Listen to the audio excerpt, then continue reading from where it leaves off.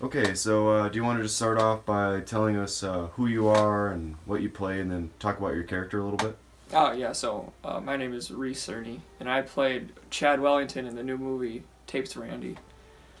My character Chad was, pardon my French, a bit of a douche. That's what he was throughout the movie.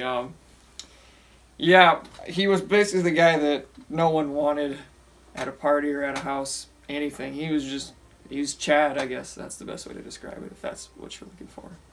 Mm-hmm. Character a little bit.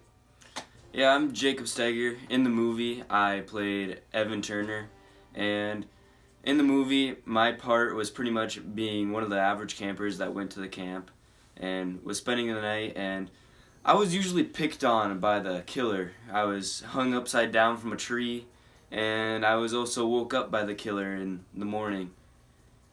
And I'd like to say that I was a pretty normal dude. I was a little bit scared in the movie of pretty much everything, and I got picked on a lot. That's pretty much all my character was.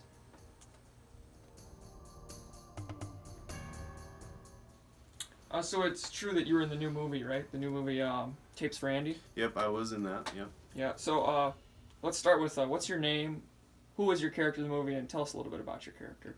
Sure. I'm Tucker Holzer to start off with. And in Tapes for Andy, I played both Old Man Jenkins and the killer, which was Jason. And I'll start off with Old Man Jenkins.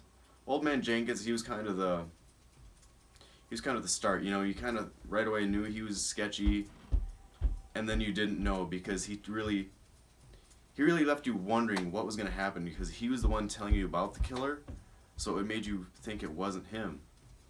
And then it did turn out to be him. And then going right into Jason, he was kind of undefined. I mean, we never really got to see his backstory or anything other than him being Old Man Jenkins. But of course, you know, he's this big looming character that's hunting down these campers that are coming into Old Man Jenkins' place. And yeah.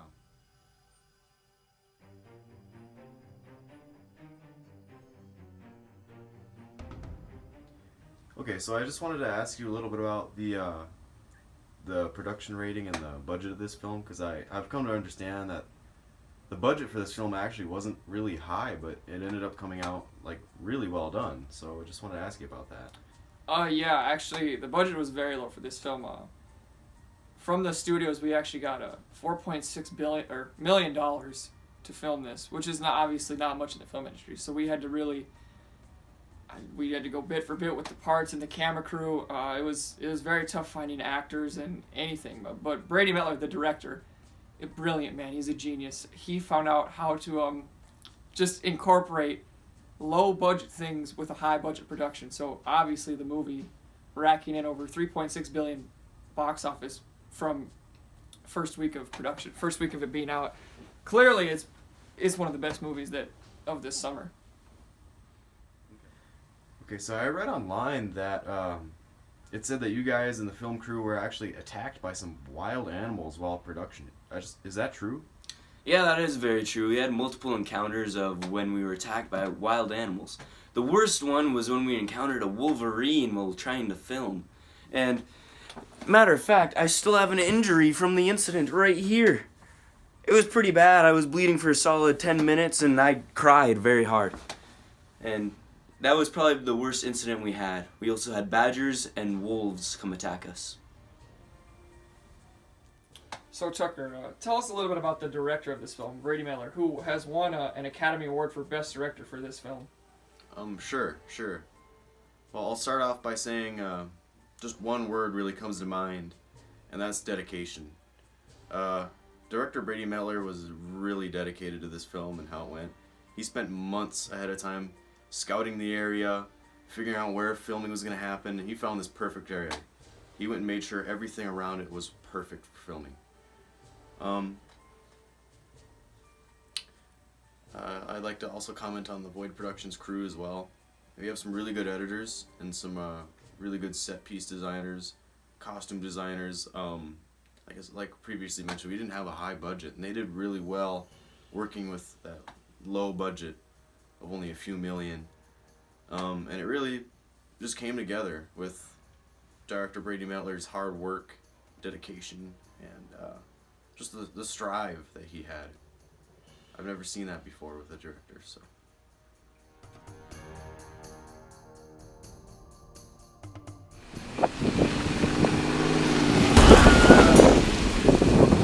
Wow, my legs, they're pretty broke. Yeah, man, that kind of sucks.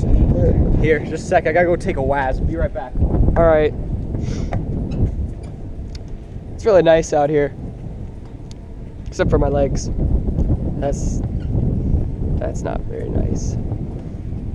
Oh, you're back already. Okay, so I've been asking some of the other actors in this movie about some important scenes that kind of went with them. So I'm just going to ask you about the car crash scene where you get hit by a truck. Oh, of course. Well, in that scene, it's actually not very obvious, but I did not do that scene personally. I had a stunt double do that. His name's Terrence. He's a great Hollywood stunt double. But after that, with the scene where my legs were broken, we actually had our team design fake prosthetics that they had the bones coming out of them. So while it looked like my legs, it actually was not my legs. It was fake prosthetics. So. Okay, going right into that, another important scene that kind of you did and was key to your character. Do you want to talk about the bridge scene and your character's death? Oh, yeah. Well, in that scene, to create the image of my legs being broken, we took 2 sticks. We had our team design sticks that looked very real. And we had duct tape, and we taped them around my legs to set the bone in both of my legs because I was a paraplegic at that point. So as I was crossing the bridge, the killer obviously follows me. And as I get to the edge, in a deleted scenes part, I fall off the edge, and again, that's Terrence. And he actually broke his wrist in this scene when he fell off the wheelchair, came down, and just crashed on his wrist. And everyone felt bad for him, but he wanted to keep going. We even did it again with his broken wrist. And if you watch the deleted scenes, you can actually see that part. Okay. Evan! Evan, what happened? I don't know. I was just stuck. And I stuck. Hey, let me get you down. Yeah, that scene was actually very time consuming. Director Brady came up with it on the spot, and he was set on this scene.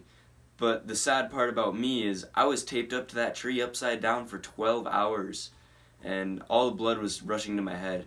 Director Brady was very dedicated on making this scene very precise and good looking, so it took us a very long time to film it. And after that scene, I actually had marks all on my stomach and legs from the duct tape. And I thought it was a very key part to show that Jason was really messing with us and wanted to show his presence to us.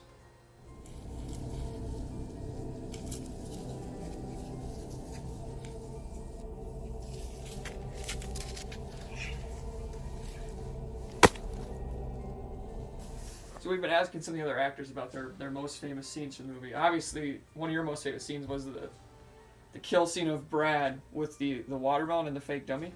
Oh, sure. By far, one of the most expensive scenes in the movie. Our team, Void Productions, had to work for literally months to get this scene right.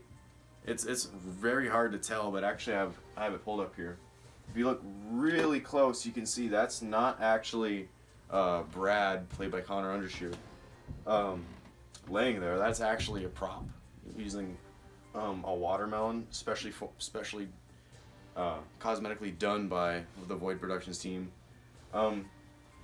This is one of Brady Meltler's most proud scenes because of how well it looks and how long it took. So, yeah, definitely an important scene to the movie and one of Jason's most important scenes. All right.